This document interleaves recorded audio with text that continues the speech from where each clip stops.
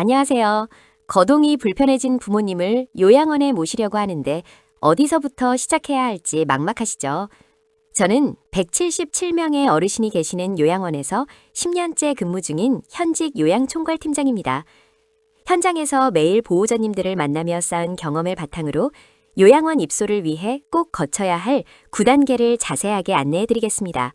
요양원에 입소하기 위한 전체적인 흐름은 입소 자격 확인, 입소 방법 선택, 장기 요양 신청, 조사원 방문 조사, 의사소견서 제출, 등급 결과 확인, 이의 신청 또는 재신청 단계까지 총 9단계를 거치게 됩니다. 첫 번째 단계, 요양원 입소 자격입니다.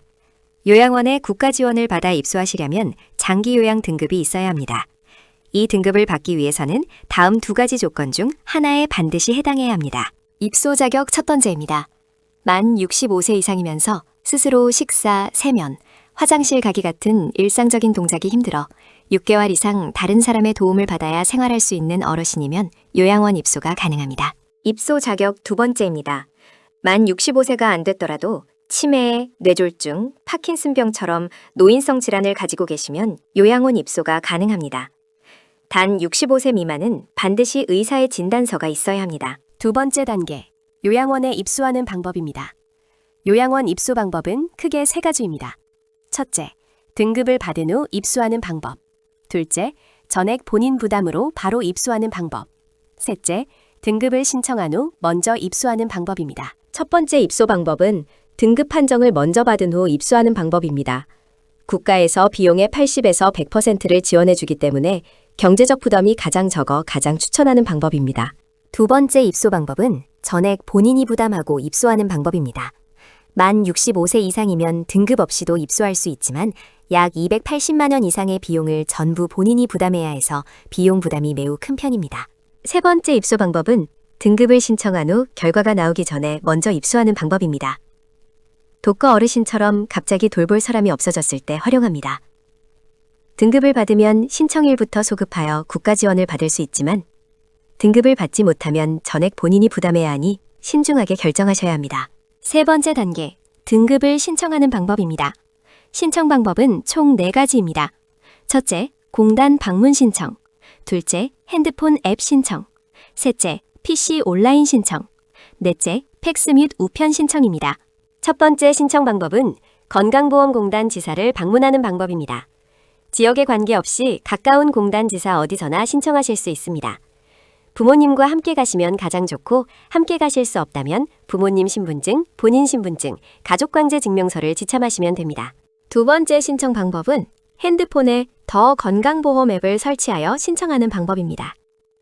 공동인증서나 간편인증서만 있으면 10분 이내에 신청을 끝낼 수 있어 바쁜 직장인 자녀분들께 가장 추천하는 방법입니다. 세 번째 신청 방법은 인터넷이 연결된 컴퓨터로 신청하는 방법입니다. 큰 화면으로 꼼꼼히 확인하며 신청할 수 있고 공동인증서나 간편인증서가 있으면 집에서 편리하게 신청하실 수 있습니다. 네 번째 신청 방법은 팩스나 등기 우편을 이용하는 방법입니다. 건강보험공단 홈페이지에서 신청서를 다운받아 작성한 후 팩스로 보내거나 우체국에서 등기로 보내시면 됩니다. 단 팩스로 보내신 후에는 반드시 공단에 전화하여 접수 여부를 꼭 확인하셔야 합니다. 네 번째 단계, 조사 일정 조정 단계입니다. 등급 신청을 마치면 1, 2주 이내에 공단 담당 조사원에게서 전화가 옵니다. 부모님 댁을 언제 방문하여 조사할지 일정을 조정하는 단계입니다. 여기서 꼭 주의하셔야 합니다. 공단 직원은 일반 전화나 휴대전화로 연락하는 경우가 많습니다. 등급을 신청하신 후에는 모르는 번호라도 절대 무시하지 마시고 꼭 전화를 받으셔야 일정이 늦어지지 않습니다. 다섯 번째 단계, 조사원이 방문하여 부모님을 조사하는 단계입니다. 이 단계가 가장 중요합니다.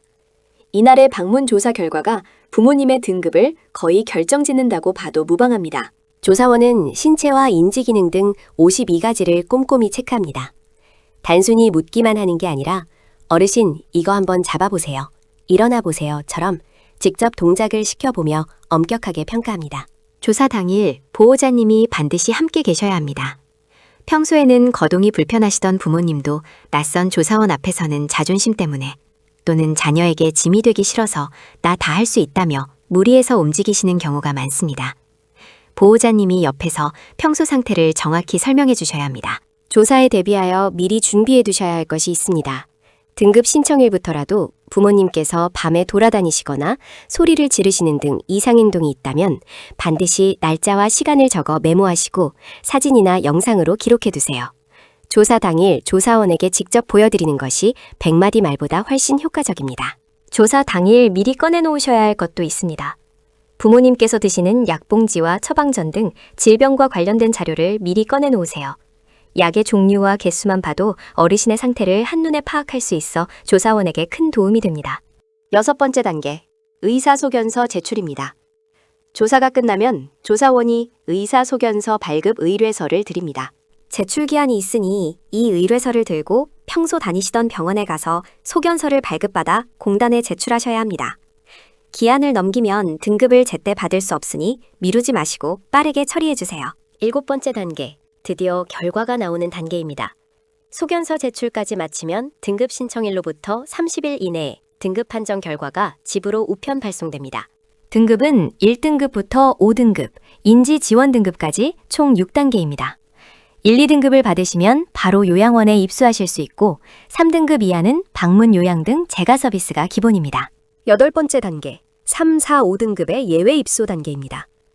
3, 4, 5등급을 받으셨더라도 실망하지 마세요. 다음 3가지 예외 조건 중 하나만 충족하면 요양원 입소가 가능합니다. 예외 조건 첫 번째는 가족이 도저히 돌볼 수 없는 경우입니다. 가족이 모두 직장을 다니거나 가족 본인도 아파서 간병이 어려울 때 또는 어르신이 혼자 사시는 경우가 해당됩니다. 예외 조건 두 번째는 주거 환경 문제입니다.